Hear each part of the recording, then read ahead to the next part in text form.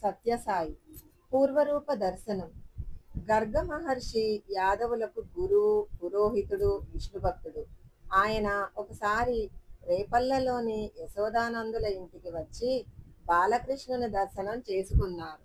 యశోదానందుల్ని యో యోగక్షేమ యోగక్షేమాలు అడిగి తెలుసుకున్నారు. ఆ తరువాత భోజన సమయం అయ్యింది. అప్పుడు గర్గాచార్యులు యమునా నదికి వెళ్ళి స్నానం చేసి వచ్చి స్వయంగా వంట చేసుకొనడం ప్రారంభించారు. ముందుగా పాయసం వండి తన ఇష్టదైవం అన్న శ్రీ మహావిష్ణువునకు నైవేద్యం పెట్టాలనుకున్నారు. పాయసం వండడం అయ్యింది.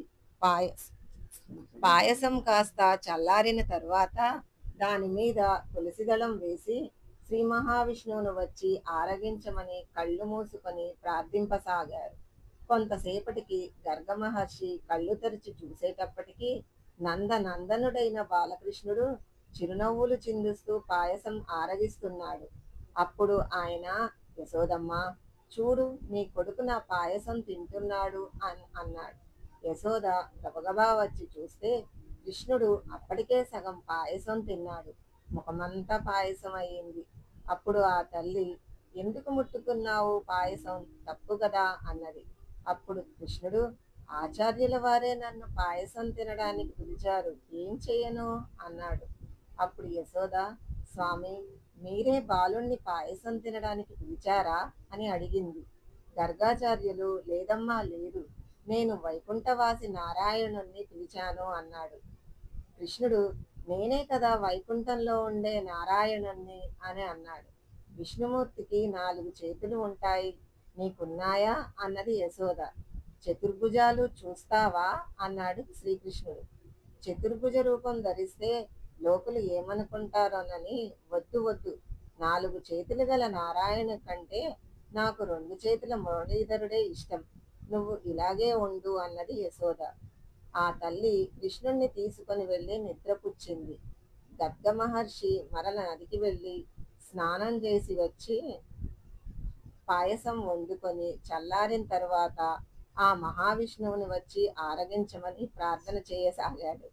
అప్పుడు బాలకృష్ణుడు తల్లిని నిద్రబుచ్చి పక్కలో నుంచి మెల్లగా లేచి వచ్చి గర్గాచార్యుల ముందున్న పాయసాన్ని ఆరగింపసాగాడు. ఆయన కళ్ళు తెరిచి చూచి, అయ్యో, ఈ అల్లరి బాలుడు మరలా ఎంగిలి చేశాడే అనుకున్నాడు. అప్పుడు శ్రీకృష్ణుడు, అమాయకుడైన ఈ బ్రాహ్మణుణ్ణి ఇక భ్రమింపచేయటం భావ్యం కాదని భావించి అపారమైన దయతో తన చతుర్భుజ రూపాన్ని చూపాడు. చతుర్భుజుడైన శ్రీ మహావిష్ణువు గర్గాచార్యునితో, ఆచార్య, నీ పూజలందుకుంటున్న నేనే ఇప్పుడు గోకులంలో శ్రీకృష్ణునిగా అవతరించాను, నీ తపస్సు ఫలించింది అన్నాడు.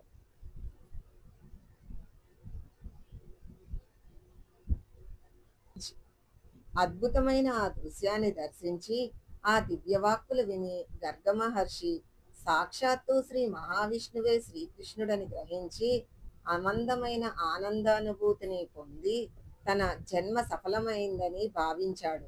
తీరా చూస్తే చిరునవ్వులు చిందుస్తూ ముఖమంతా పాయసం చేసుకుని నల్లని బాలకృష్ణుడు తెల్లని నవ్వు నవ్వుతూ ఎదురుగా నిలబడి ఉన్నాడు.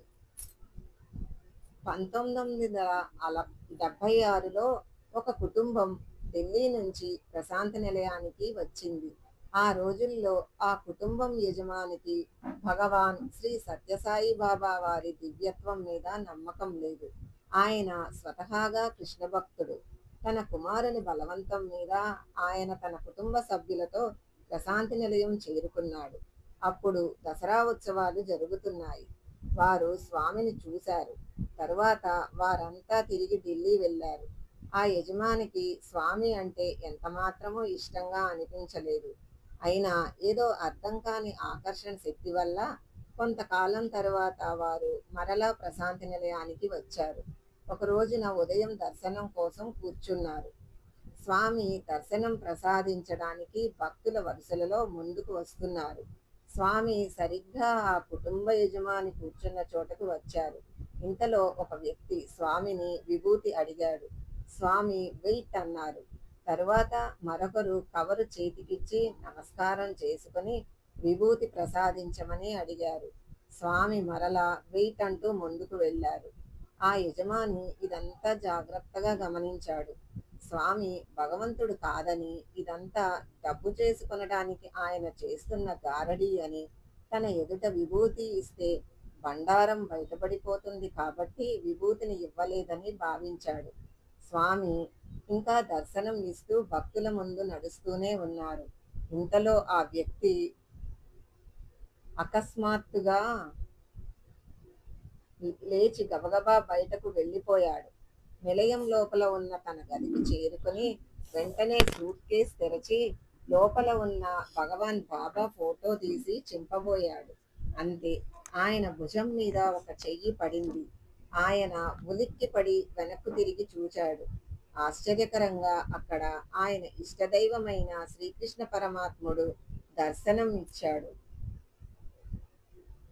ఆ శ్రీకృష్ణుడు మృదువుగా గంభీరంగా, ఆగు, ఆ పని చెయ్యకు, నీవు నా భక్తుడవు కదా, ముందు ఆ బొమ్మను పెట్టెలో పెట్టి మూత వెయ్యి అన్నారు. ఆయన అట్లాగే చేశాడు. అప్పుడు శ్రీకృష్ణుడు ఆయనతో తలుపు వేసి నాతో రా అన్నాడు. ఆయన మారు మాట్లాడక కృష్ణుని వెనుక నడవసాగాడు. ఆ భవనం మెట్లు దిగి కృష్ణుడు ప్రశాంతి నిలయం లోపలి దారులలో ముందు నడిచి వెళుతున్నాడు. వెనుక ఆ వ్యక్తి నడుస్తున్నాడు. నిలయంలో ఇంకా దర్శనం జరుగుతూనే ఉండడం వల్ల ఆ వీధుల్లో జనసంచారం కనిపించటం లేదు. శ్రీకృష్ణుడు ప్రశాంతి నిలయం ప్రవేశ ద్వారం దాటి బయటకు వచ్చి ఆయనను ఒక చోట కూర్చొనమని చెప్పాడు. జాగ్రత్తగా చూస్తే కృష్ణుని స్థానంలో అక్కడ షాపులో గోడ మీద కృష్ణుని క్యాలెండర్ కనిపించింది. ఆ వ్యక్తికి చాలా ఆశ్చర్యం కలిగింది. ఇది బొమ్మ, ఇప్పటి వరకు ఇది జరిగింది భ్రాంత అనుకున్నాడు.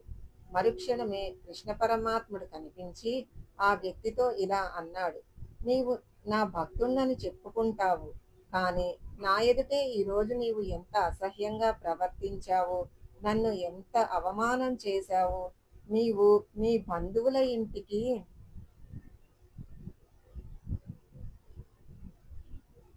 ఇప్పుడు నీవు ఎవరైనా ఇష్టం లేనిది ఇష్టం లేనిది జరిగితే వెంటనే లేచి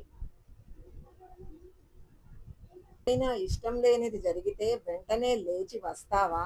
మాట్లాడకుండా ఓర్చుకుని కొంతసేపు కూర్చుంటావు, అవునా? అటువంటిది ఈవేళ దర్శనం సమయంలో ఎందుకు లేచి వచ్చావు? ఈనాటి నా రూపాన్ని నమ్మలేకపోతున్నావా? స్వామితో నీకు స్నేహపూర్వకంగా సమావేశం ఏర్పాటు చేస్తా, నాతో లోపలికి రా అన్నాడు. ఆ భక్తుడు మౌనంగా అంగీకారం తెలియజేశాడు. శ్రీకృష్ణుడు లోపలకు నడిచి స్వామి దర్శనం ఇచ్చే ఇసుక ప్రదేశం దగ్గరకు వచ్చి అదృశ్యమయ్యాడు. ఆ భక్తుడు వెళ్ళి ఇసుకలో కూర్చున్నాడు. అప్పుడు దర్శనానికి భజనకు మధ్య విరామ సమయం జరుగుతున్నది. కొద్దిమంది మాత్రమే భక్తులు ఉన్నారు. వెంటనే స్వామి బయటకు వచ్చి ఆ భక్తుణ్ణి దగ్గరకు రమ్మని పిలిచారు. ఆ భక్తుడు ఎంతో భయంతో లేచి స్వామి దగ్గరకు వెళ్ళాడు. స్వామి చిరునవ్వు చిందిస్తూ స్నేహితుని వలె తన చేతిని భక్తుని భుజంపై ఉంచి తన గదివైపు నడుస్తూ లోపలకు రమ్మన్నారు. ఆ భక్తుడు లోపలకు వద్దు స్వామి, నేను ఇక్కడే భజన హాలులో కూర్చుంటానన్నాడు. స్వామి కాదు, లోపలకు రా అన్నారు. అతనికి లోపలకు రా, నీ సంగతి చెప్తా అని స్వామి అంటున్నట్లు అనిపించింది. భజన హాలులో కూర్చుంటా స్వామి అన్నాడు. స్వామి సరేనని లోపలకు వెళ్ళారు. కొద్దిసేపటికి భజన ఆరంభమయ్యింది. స్వామి వచ్చి భజన హాలులో సింహాసనంపై కూర్చున్నారు. ఆయన ఆ భక్తుని వైపు ఒక్క చూపు చూశారు. అంతే, ఆ భక్తునికి ఆనంద బాష్పాలు పొంగి పొరలసాగాయి. కొంతసేపు ఆగి కళ్ళు తుడుచుకొని ఆ భక్తుడు స్వామి వైపు చూశాడు. స్వామి మరలా అతని వైపు తన కరుణా కటాక్షాన్ని ప్రసరింపజేశారు. అతని హృదయం కదిలిపోయింది. వివసుడై అతడు ఒకటే వెక్కి వెక్కి ఏడవసాగాడు. భజన పూర్తి అయింది. హారతి తీసుకొని స్వామి లోపలకు వెళ్ళారు. ప్రక్కనున్న వ్యక్తి ఆ భక్తుణ్ణి మెల్లగా బయటకు తీసుకుని వచ్చి ఎందువల్ల అలా ఉద్విగ్నులయ్యారని అడిగాడు. అతడు శ్రీకృష్ణుని ప్రేమమూర్తి తనకు స్వామిలో కనిపించిందని చెప్పాడు. ఆనాటి శ్రీకృష్ణ పరమాత్ముడే స్వయంగా కనిపించి తానే శ్రీ సత్యసాయినని చెప్పటం ఆయనకు ఆశ్చర్యం కలిగించింది. ఆ క్షణం నుంచి ఆయనలో విశేషమైన పరివర్తనం కలిగింది. ఆ వ్యక్తి స్వామి భక్తుడై సాయికృష్ణుని ప్రేమను చూరగొంటూ ప్రస్తుతం ప్రశాంతి నిలయంలోనే నివసిస్తున్నారు. ఓం సాయిరాం.